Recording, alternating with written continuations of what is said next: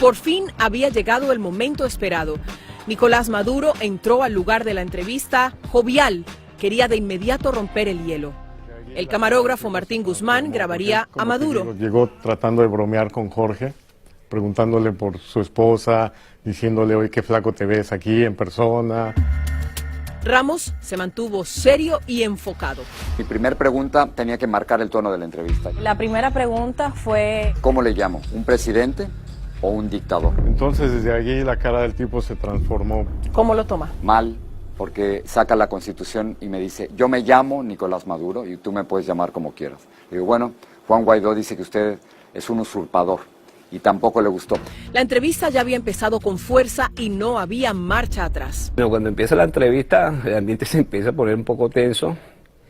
Se sentía el nerviosismo en el aire de todo el mundo. Lo interesante, Ilia, me parece que cuando tienes la posibilidad de empezar a llamarle en Miraflores, dictador, usurpador, asesino, aunque atribuyas las fuentes como nos corresponde como periodistas, algo se fractura, algo se está quebrajando dentro del régimen de Maduro. Es decir, tú le pusiste un espejo frente a su cara y eso le molestó. Claro, lo que le estoy diciendo es, millones de venezolanos creen que usted es un dictador, creen que usted es un asesino, creen que usted se ha robado el poder. Eso es lo que ellos piensan y él no está acostumbrado a que le digan la verdad.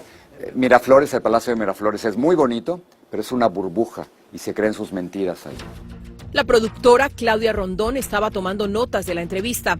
El camarógrafo Juan Carlos Guzmán se concentró en la pantalla de su cámara. No, yo tenía a Jorge y veía a un Jorge muy concentrado en lo que tenía que hacer en su labor, en las preguntas y cómo sabiendo que siempre, sobre todo Maduro, que ha tratado de imitar muy bien a Chávez, trataba como de eludir las preguntas. Mientras las preguntas de Ramos se hacían más certeras, las respuestas de Maduro subían de tono y llegaron a las amenazas.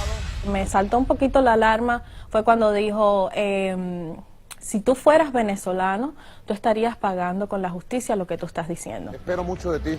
Han transcurrido 17 minutos de la entrevista entre preguntas de Ramos e insultos de Maduro. Hubo preguntas sobre la falta de democracia en Venezuela, la tortura, los presos políticos y la crisis humanitaria. Es curioso porque tengo 17 minutos de entrevista y es una entrevista dura, pero aguanta la entrevista. Después de 17 minutos puede aguantar 20 o 30, ¿no? Los ánimos estaban caldeados y era el tiempo de pasar de las palabras y las declaraciones oficiales a las imágenes. Cuando le digo que la revolución ha fracasado después de 20 años y él me dice que no es cierto, que tiene muchos logros, le digo, déjeme demostrarle que no es cierto y le muestro a estos 3 muchachos comiendo basura de un camión de desperdicios. ¿Tienen que sacar la comida de la basura? Sí, tenemos hambre. Maduro ahora lo sabe en esta mierda. Hay que cambiar de presidente, no sirve, estamos obstinados de este presidente que tenemos aquí en Venezuela. No aguanta. Y yo sé que ahí se rompe. ¿Qué sacaste del...? El día antes de la entrevista, el domingo pasado, Ramos y su equipo habían recorrido las calles cerca del Palacio de Miraflores y habían grabado con el celular estas imágenes de jóvenes comiendo lo que encontraban en un camión de basura. Comen la basura ahí mismo porque se están muriendo de hambre. En las notas de Rondón aparece lo siguiente.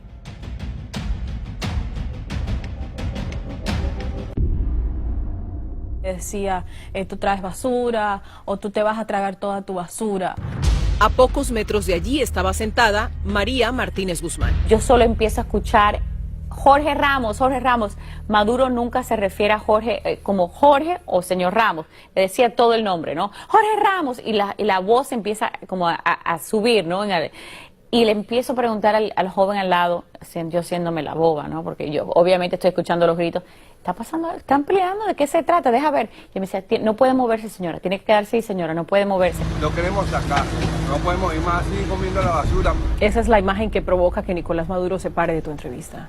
Toda su narrativa y todo su argumento de que la revolución y su gobierno estaba bien, se rompe con una imagen.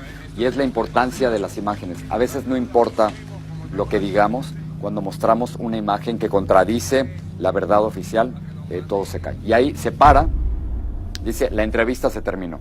Yo me paro también Y le digo, ¿por qué no contesta mis preguntas?